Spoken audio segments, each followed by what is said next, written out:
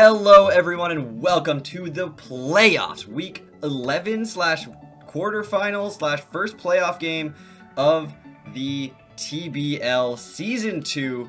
Your New York Empoleons are coming in as the 1 seed. We'll be playing the 4 seed in my division, Seoul and the South County Scolipedes.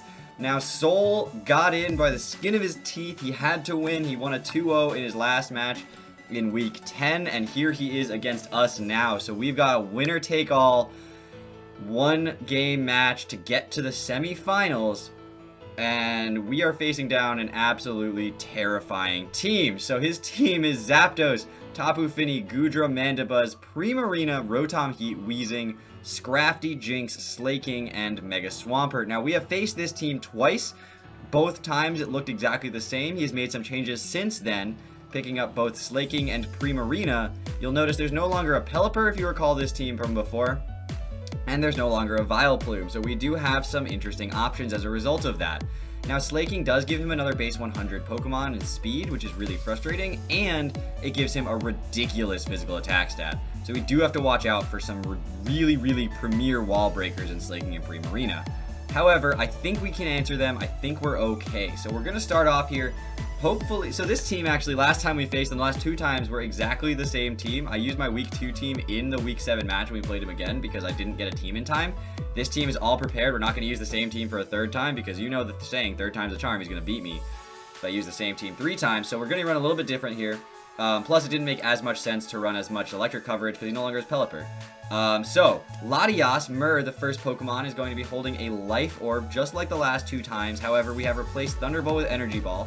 So instead of Draco Meteor, Energy Ball, Recover, and Calm Mind, we are running a Modest Nature, Max Special Attack, Max Speed. Max Speed's important because for some convenient reason, Max Speed means that I outspeed Jinx when it's timid by 1 point. So this Latias is guaranteed to outspeed a timid Jinx. What it's not guaranteed to outspeed is the Slaking or the Zapdos.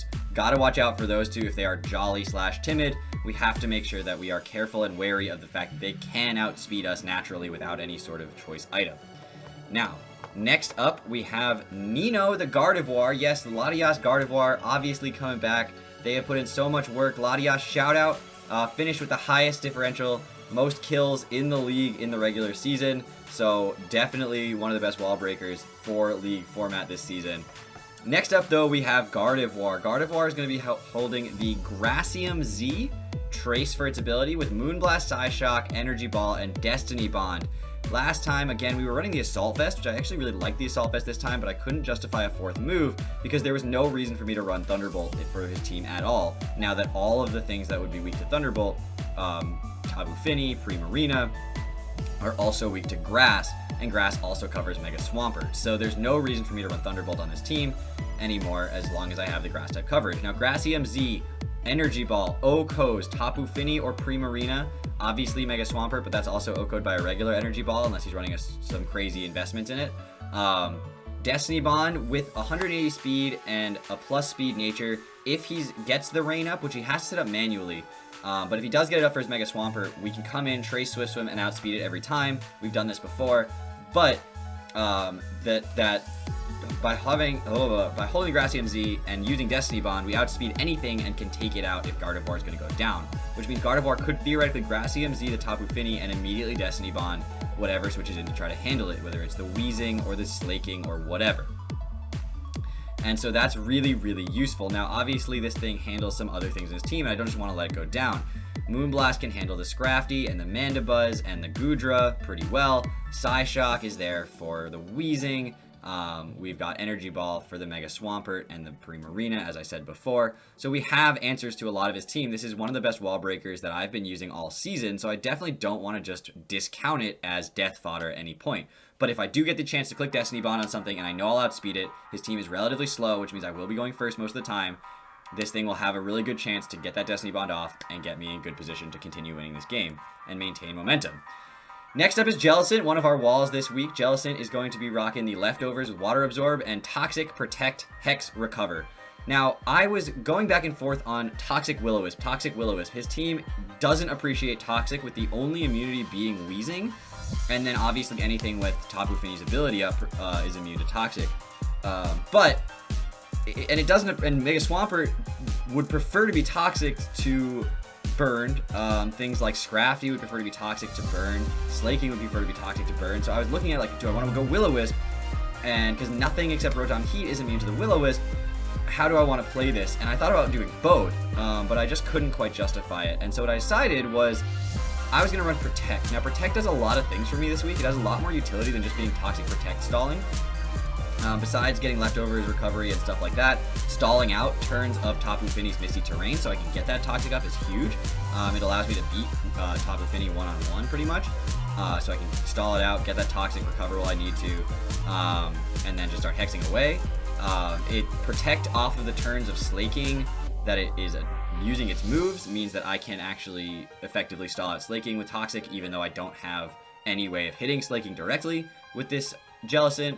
So there's a lot of reasons, and obviously Toxic Protect, but there's a lot of reasons why I wanted this thing to run Protect, not just the obvious one, that is that it has Toxic, and Toxic Protect is really good, especially when you're holding leftovers. So this thing does give me the Water Immunity. Water Immunity is not so big this week, but it can help a little bit against the Tapu Fini and Primarina and Mega Swampert. They can't just spam Water-type attacks, which is really good for some of my future members of my team, like Sparky, which does not appreciate getting hit by a Water-type attack. Now, we've used this before. His team is so weak to rocks. He did get rid of Pelipper, which was one of his rock weaknesses, replacing it with Primarina, which is not, but he still has Zapdos and Mandibuzz and Rotom Heat and Jinx, so he still has a big rock weakness. I still want to put Stealth Rocks up. I still want to make sure that this thing is able to do what it needs to do. Focus Sash, Infernape can put in so much work. I wanted to make sure I had the Mach Punch, so I had some sort of priority on this team. The Mach Punch does not hit his team very hard. He has so many resistances to it. But at the same time, it's a priority, and it does 10% may be what I need in order to win this game. Who knows? That Gunk Shot obviously is there for the things that are going to resist the Mach Punch, and Rock Slide to hit things because he's weak to Rock-type attacks. This thing is going to be running 196 speed with a plus speed nature, which allows it to outspeed his base 100s and Zapdos and Slaking every single time. And max attack, and then a bunch in HP and defense, and a little bit in special defense, just because that's where they all fell. And next up, we have Venusaur, Jupitersaur here with us this week, rocking knockoff Giga Drain Synthesis Leech Seed. This is going to be a sassy nature, so that it is a really bulky set, mixed attacker. We have swapped Sludge Bomb for Giga Drain in favor of the fact that both of the last two times I obviously had Sludge Bomb and not Giga Drain, and if he watched my team builders, maybe he'll predict that I don't have a Grass-type move, and he'll be more willing to go into something like Swampert or Tapu Fini, or stay in with those, and I get to click Giga Drain and get a bunch of health back. Now, Synthesis is there because it's a Mega Venusaur, you don't want it dying, and Leech Seed can hit every single Pokemon on his team besides Sapsip or Goodra. So this set just seemed really intuitive to me. Knockoff is great utility, and it will allow me to knock off maybe a Choice Scarf on the Slaking, or hit the leftovers off Mandibuzz, or the Assault Vest off Goodra, something like that. So this thing, again, utility, it's more of a wall than it is a tank. It's not going to be dishing out a ton of damage this week, but that's totally fine. I still think that this thing has a lot of use in this match, especially depending on which Pokemon he ends up bringing. This thing could end up being very, very big. And finally, Hacky, the Rampardos, is going to be hitting the field for the second time as a part of the New York Empoleons since we picked him up in Week 8. Now, Rampardos is going to be Choice Scarfed with Sheer Force, Rock Slides and Headbutt, Thunder Punch, and Superpower Adamant Nature with a ton of speed. That speed allows it to outspeed every single thing on my opponent's team, with the exception of Timid Zapdos or Jolly Slaking. Those are still going to outspeed me. Even with that much speed investment, I couldn't get there. And I couldn't get there unless I made it a Jolly Nature, and I didn't want to sacrifice the attack. So I just brought it back down to where it will outspeed Jinx every single time after the Choice Scarf.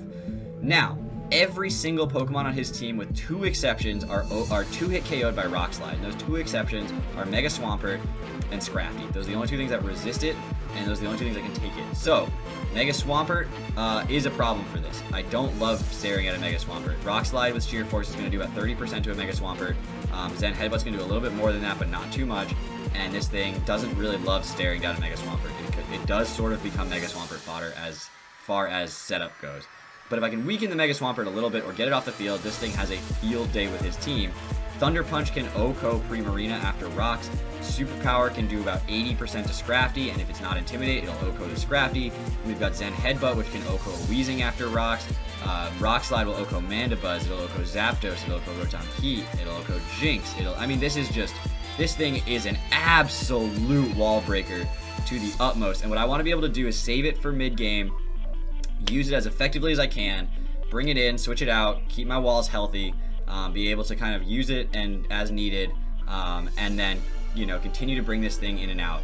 That's really the plan with this Rampardos, and I think this team has a lot of potential to just slam into his team really hard and really fast, and we're going to try to make sure that we stay very, very cautious, but very, very good with our predictions this week. We've been on with predictions recently. I know we haven't gotten the wins the past couple of weeks, but we haven't been playing that seriously, so you're going to see me coming back towards the things that we were doing at the beginning of the season, things that work, things that may not be the most quick and exciting and ridiculous strategies, but things that are going to work for me, and I hope you guys enjoy the battle one way or the other.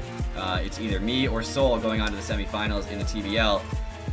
One more battle, guys, and then we're on to the next thing, I guess. But here we go.